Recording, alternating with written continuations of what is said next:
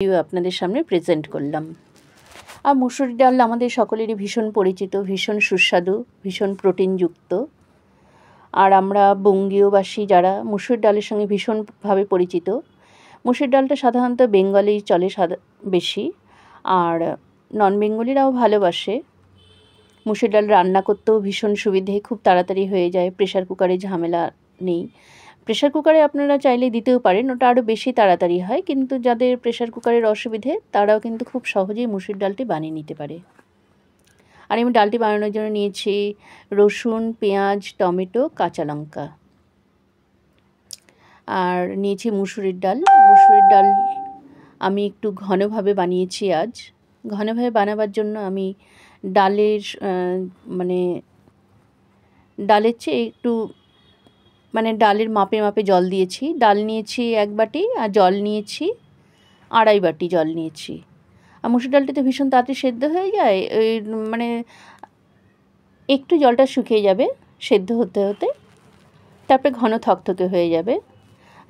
এটা আপনারা এরকমভাবে ঘন থকথকেভাবে ডালটি রুটি, পরোটা, ভাত দিয়ে তো টেস্ট পাবেন, টেস্ট লাগবেই, ভাত দিয়ে তো ভালোই লাগে, রুটি পরোটার সঙ্গে খারাপ লাগবে না।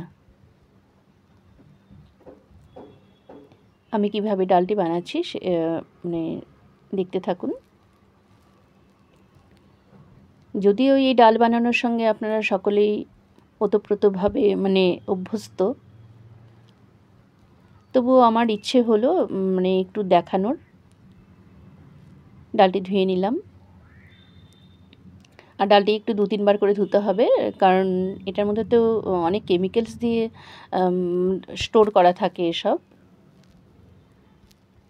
সেই জন্য 2-3 বার করে ধুতে হবে। আর আমার এক হাতে ফোন, এক হাতে একটু ডালটা ধুচ্ছি, সেই জন্য অল্প একটু অসুবিধে হচ্ছে, বেশি নয়, অল্পই অসুবিধে হচ্ছে। আর আমি ভিডিও বানানোর উৎসাহ এত, সেই জন্য অসুবিধাটাকে কিছু মনে করছি না। আর আপনারা দেখে বলবেন এটা কেমন হয়েছে আমার বানানোটা, তাহলে আমার উৎসাহ আরও বেশি বেড়ে যাবে।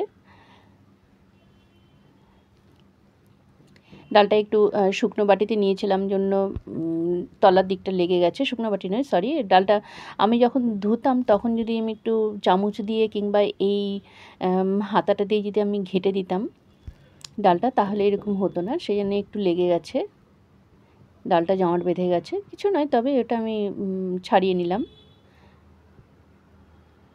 এরকম হয়ই, কোনো ব্যাপার নয়। ডাল আর চাল দেখবেন মাঝে মাঝে এরকম হয়, যদি না নাড়া হয় তাহলে আটকে থাকে, সেই জন্য একটু কোনো কিছু দিয়ে, হাত দিয়ে হোক, হাতা দিয়ে হোক, চামচ দিয়ে হোক, একটু নেড়ে দিলে পরে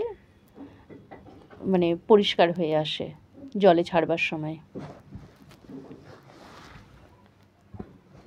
ডালটা দেওয়া হয়ে গেল আমার, বেশি না, ডালটা হতে আমার জাস্ট 20 মিনিটও লাগেনি, খুব তাড়াতাড়ি হয়ে গেছে। আর আমি 2 জায়গায় করছি, এখানে ডালটা সেদ্ধ করতে দিয়েছি, আর অন্যান্য এইসব এক্সট্রা স্বাদের জিনিসগুলো যেটা আমি এক্সট্রাভাবে দেব, সেটা আমি রান্নাঘরে ফ্রাই করে নিয়েছি। আর ডালটা কিন্তু আমি আলাদাভাবে ফোড়ন দেব না, ওই যে আমি রসুন, পেঁয়াজ, কাঁচা লঙ্কাগুলো নিয়েছি, এসব যে ভেজে রাখবো সেইটাই দেব। এই যে আমি রান্নাঘরে চলে এসেছি, রান্নাঘরে সর্ষের তেল দিয়ে আমি রান্নাটা করেছি মুসুর ডালটা।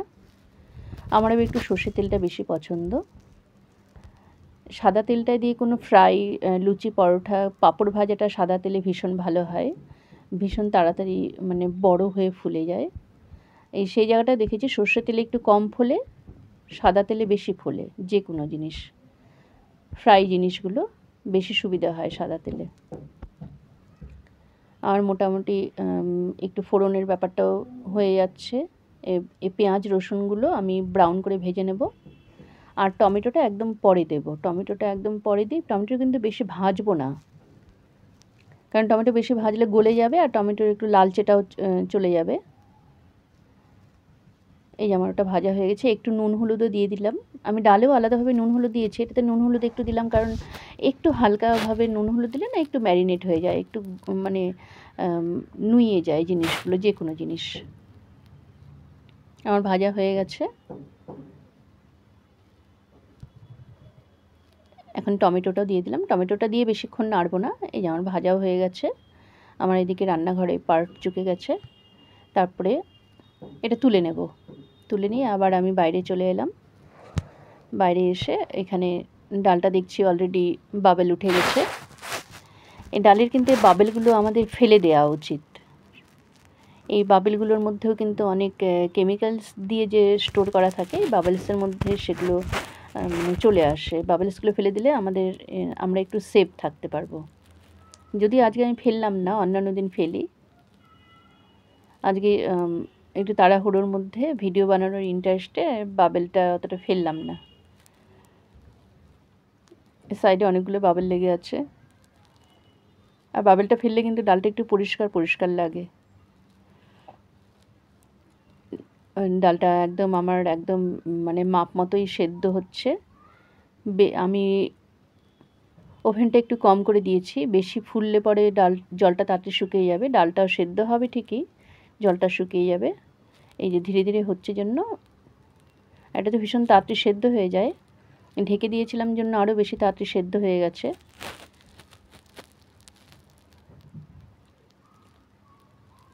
এখন আমি এটা একটু কম করে দেব, কারণ অনেকটা হবার দিকে তো, একটু কম করে দিয়েছি উনুনটা কম করে দিলে আর একটু যতটুকু বাকি আছে সেইটুকু হতে থাকবে। তারপরে আমি যেসব ভাজা ইসেগুলো ওগুলো দিয়ে দেব। এভাবে ডালটি বানিয়ে দেখুন, মানে খুব টেস্ট হয়। আমি নুন হলুদও দিয়ে দিয়েছি, নুন হলুদটা স্কিপ হয়ে গেল, সরি। এই যে ডালটা একটু হলদে হলদে ভাব হয়ে গেল। ডাল আমার একদম ঠিকঠাক মাপের সেদ্ধ হয়ে গেছে।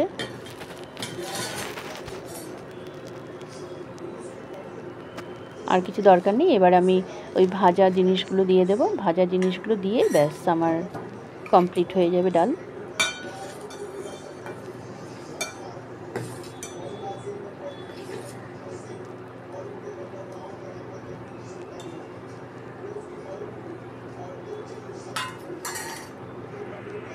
সব মোটামুটি কমপ্লিট। ডালটি বানানো আমার কেমন হয়েছে অবশ্যই বলবেন। আর খেতেও ভীষণ সুস্বাদু হয় এইভাবে বানালে পরে। আলাদাভাবে আমি ফোড়ন দিইনি কিন্তু ডালটি। আর এমনিও আমি এই রসুন পেঁয়াজ ছাড়াও কিন্তু এই সময় অন্যান্য সময় এই শুধু নুন তেল দিয়ে আর তার মধ্যে একটু ঘি দিলে পরে আর একটু মানে রাজকীয় একটা ব্যাপার থাকে। আমি টমেটো, কাঁচা লঙ্কা, পেঁয়াজগুলো ওগুলো দিয়ে দিয়েছি, আলাদাভাবে ফোড়ন দিইনি, এর মধ্যে দিয়ে দিয়েছি আর একটু ফুটতে দিয়েছি। আর আমি নাবিয়ে নিয়ে এখন একটু আমি ঘি দিয়ে দেব। ঘি না দিলে একটু টেস্ট মানে সম্পূর্ণ মনে হয় না আমার। গরম ডালে একটু ঘি দিয়ে কিছুক্ষণ রেখে তারপরে সার্ভ করব। যেভাবে আপনারা মানে খেতে পছন্দ করবেন সেইভাবে খেতে পারবেন। পরোটা হোক, ভাত হোক, রুটি হোক, সব কিছু দিয়েই এই ডালের টেস্ট পাওয়া যাবে। আমার ডালটি কেমন হয়েছে শেষ পর্যন্ত আপনারা যারা দেখছেন সকলকে অনেক অনেক ধন্যবাদ। Tata, bye bye.